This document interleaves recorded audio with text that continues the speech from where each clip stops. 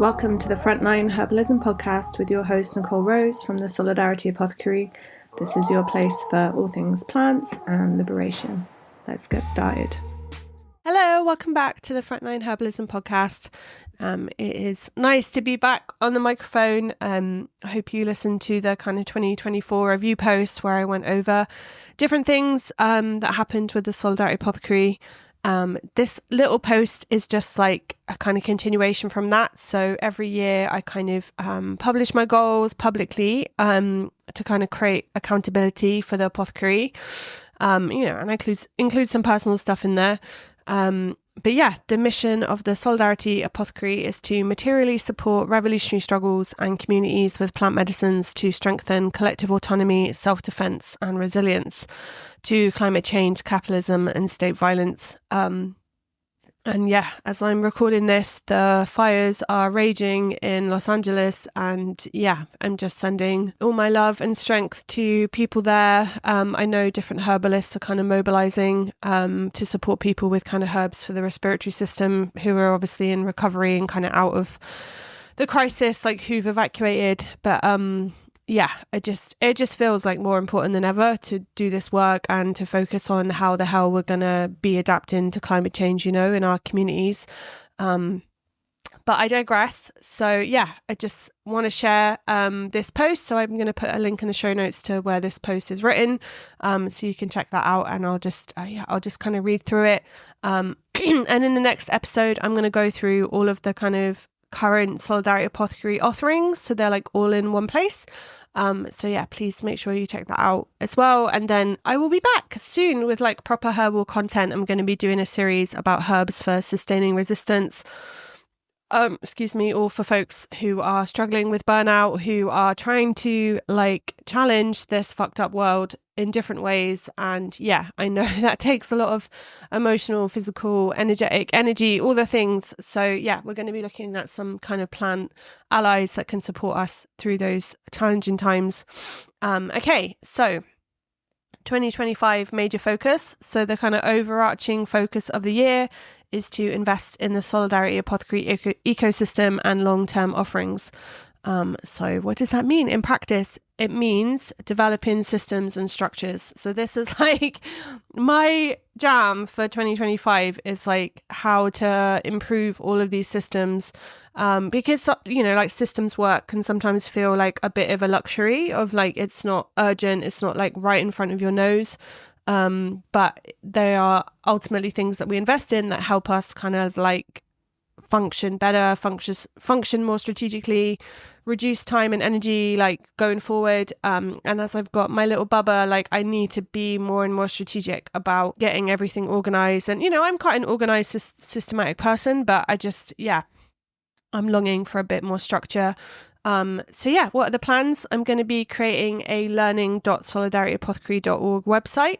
Actually, I'm going to be paying my beloved techies who are called Autonomic, who do, I do like the website content stuff, but they do all the like amazing, hey, my website's broken, please fix it stuff for me, and developmental stuff. So yeah, we're going to be creating a dedicated website. So if you've enrolled in an online course, for example, then it's going to be much easier for you to access that content.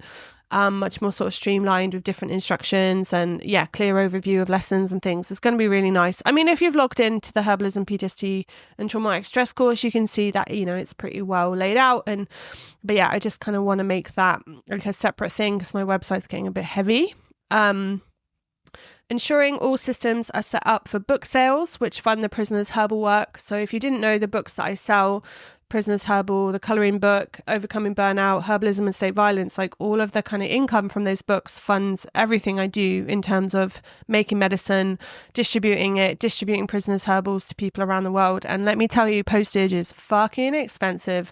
Thankfully, printing is like fairly affordable and active distribution are amazing at kind of fronting the costs for us. But yeah, every time someone is requesting a book in the US, for example, we're posting it from the UK, which is not strategic. And I know we need to get a whole pallet of books to the US. It's just, that was what was happening originally, but hasn't happened in a fair while. And again, it's all the stuff that I want to sort out. So I want to get all the ebooks sorted as well with like an online distributor, so that they can kind of get to like other platforms.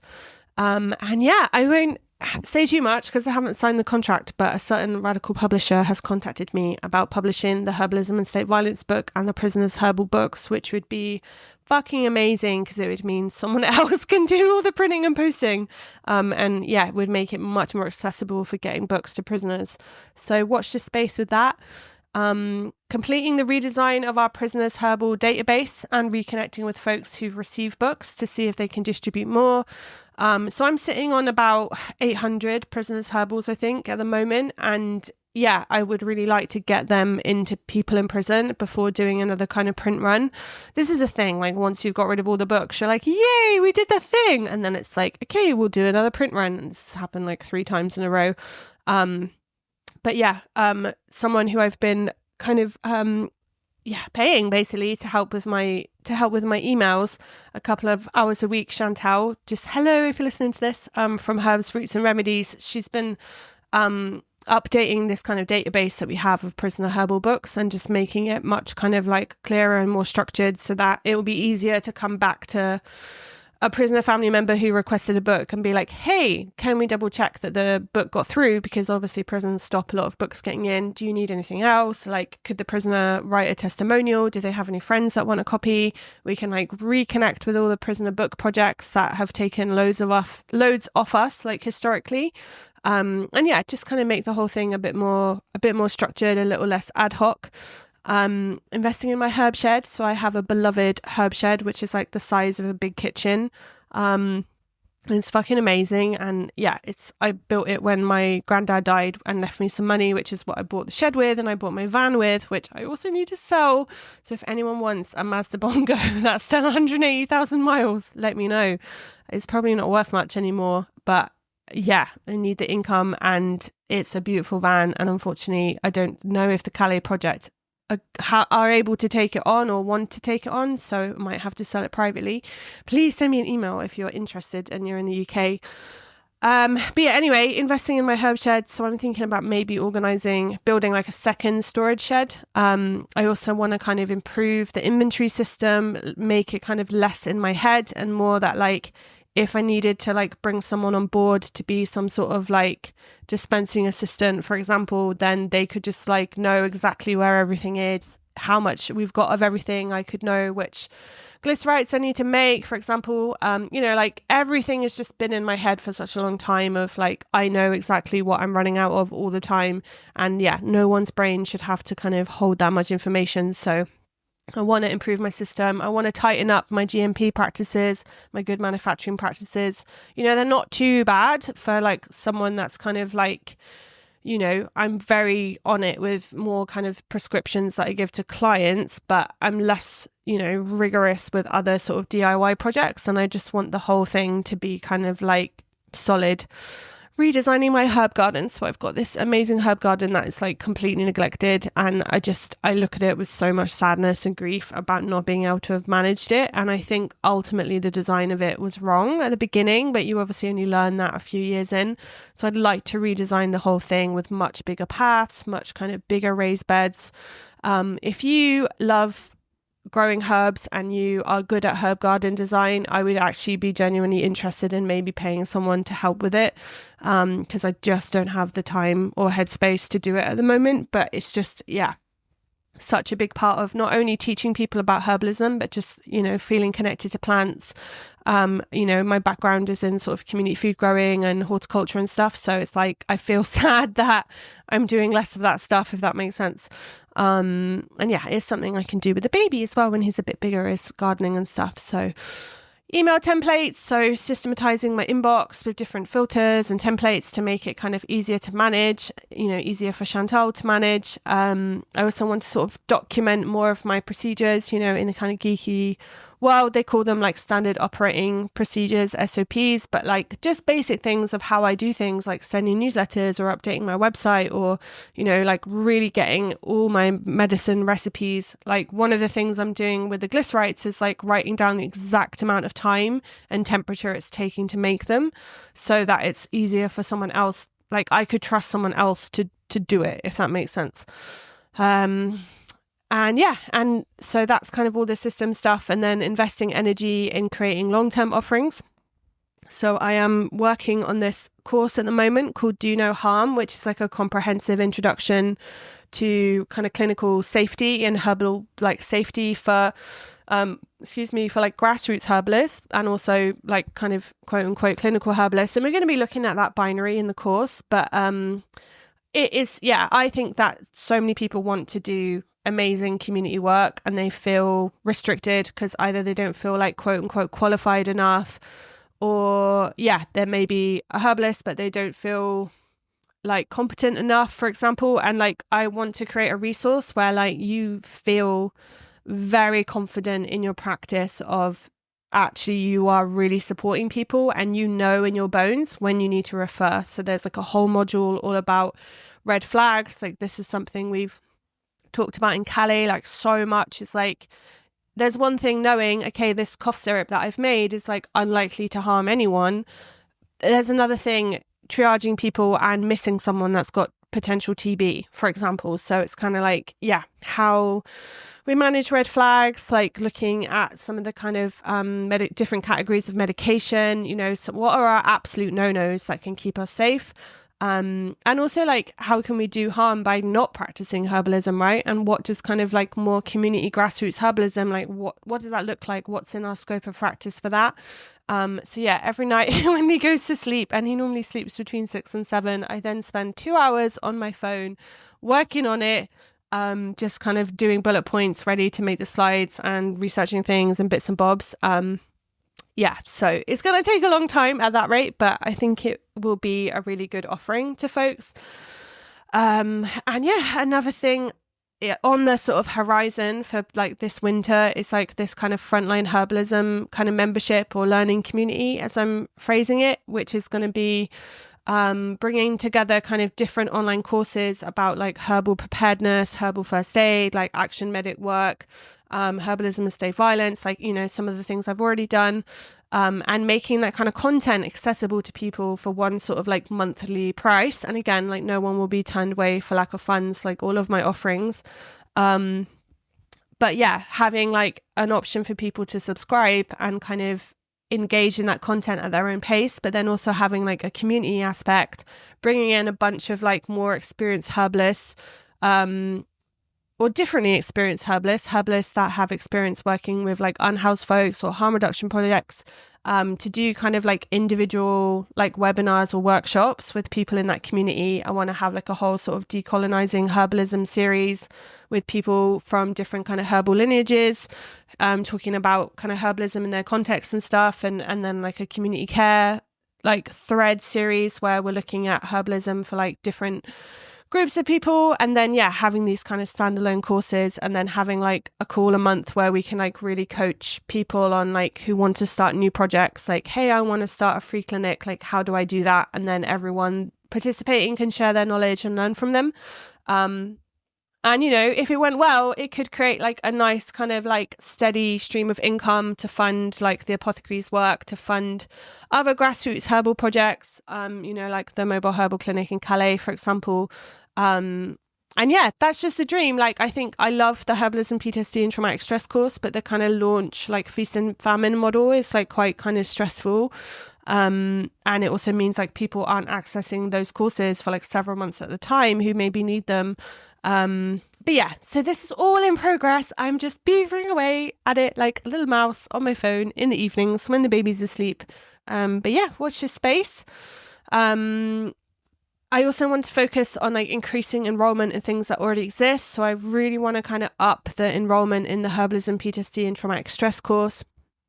I really want to increase the amount of people that are signing up for the glycerin workshop, especially people that pay for it. That would be great. So I just kind of want to make the most of things that are already there, increase the kind of book sales and like build my newsletter list, because, that's how I can put out calls for solidarity. It's also how I can generate donations and people doing action alerts for people in prison and stuff, and also like selling you the things.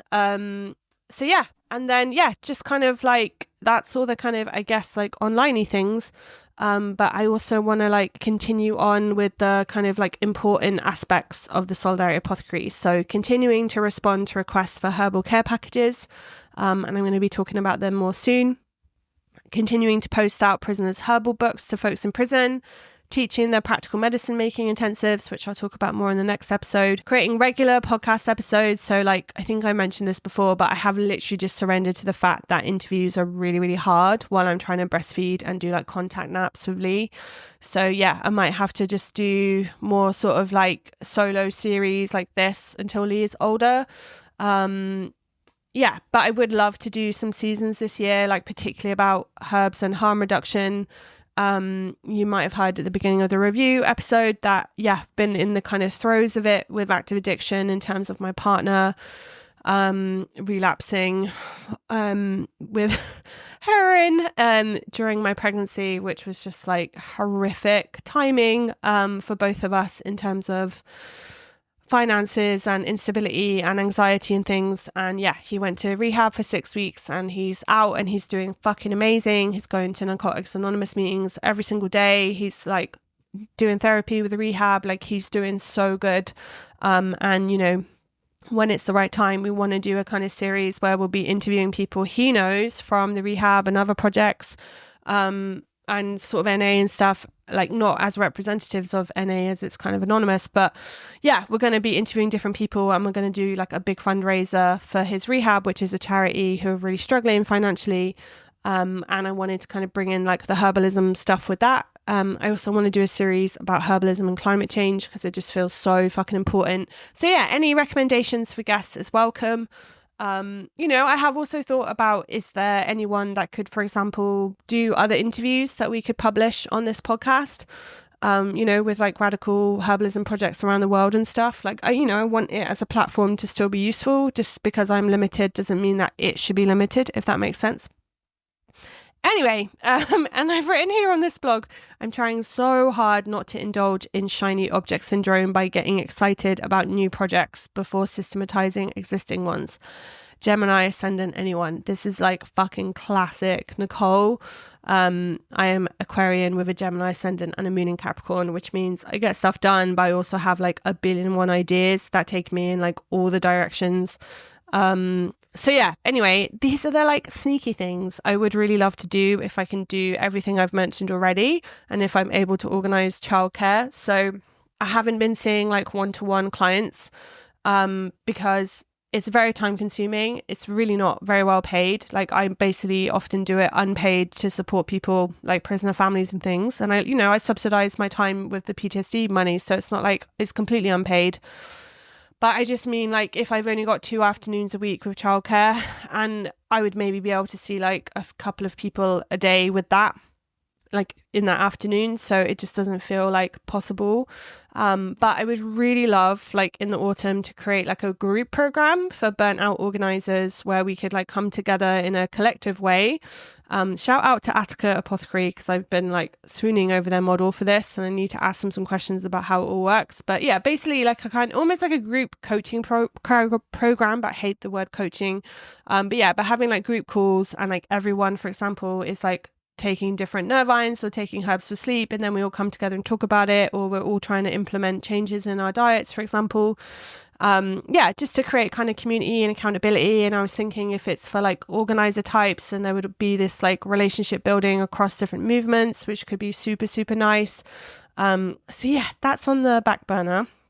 There's a new project near me in Glastonbury called the People's Apothecary, and yeah, they're operating at Bridie's Yard.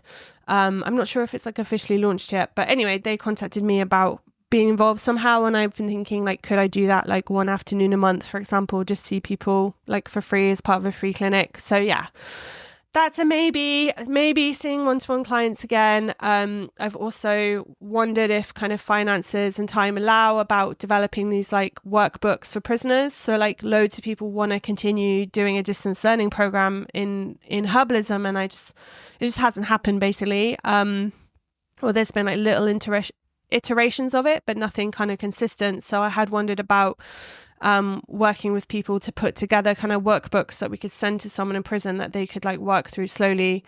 And yeah, be involved in some kind of herbal harm reduction project locally. So yeah, who knows what that could look like. It's just something I'm like more and more passionate about now after all my experiences with my partner and stuff. Okay, beyond the Solidarity Apothecary, other organising goals. So supporting the mobile herbal clinic to receive £3,000 per month in monthly supporters. I've just got the tech sorted on the website. I've got a graphic ready to go. And I'm going to be sending that to the newsletter soon. But I would just love it if people could donate like once a month to the clinic. I mean, if we had enough people doing that, then the project could kind of continue indefinitely. And that would just be so incredible. Organising an online prisoner solidarity training. I've done like several face-to-face prisoner solidarity trainings with different collectives over a really long time, and I just would love to make that as like a more online resource, and collaborate with a bunch of people to make that happen and have like different workshops on different things. Continue to amplify calls for solidarity on my networks. I've mentioned my partner's fundraiser, personal goals, get fit postpartum. Pregnancy really changes your body, and I'm trying really hard to love myself and know that I've just literally grown a fucking human, and that's amazing. But it also feels disorientating, not feeling like strong and not feeling like kind of athletic or like how I've been historically. So yeah, I would like to get more physically fit. I think it would help my mental health a lot as well. Get to more local things, make more local friends, because traveling to Bristol just isn't possible really. Like with Lee, it's just really far in the car, and he hates the car. So I'm trying to figure that stuff out. Need to build my confidence in getting out of the house with Lee more. I want to participate in some family kind of Al-Anon type meetings. And yeah, when me and Rob go to Cornwall in the summer, I really want to get some time in the ocean because I miss it, and I want to develop my skills in surfing, which are zero right now, and paddleboard and stuff. And then learning pathway goals. I want to enroll in like a functional medicine training. I want to complete my kind of foot health diploma course. My word of the year is root systems. It's all about growing these roots, getting everything stronger, getting everything systematized so that when I do have more capacity and energy out of this kind of baby phase, then things will hopefully flourish more. But please get in touch if anything that you've heard now is like, oh, that sounds interesting. I'd like to maybe do that with Nicole or with the apothecary. I'd love to hear from you. And definitely messages on Instagram and stuff are much easier for me than emails at the moment. Thanks for listening. And the next episode is going to be all about the kind of offerings of the apothecary. Okay, take care. Thanks so much for listening to the Frontline Herbalism podcast. You can find the transcript, the links, all the resources from the show at solidarityapothecary.org/podcast.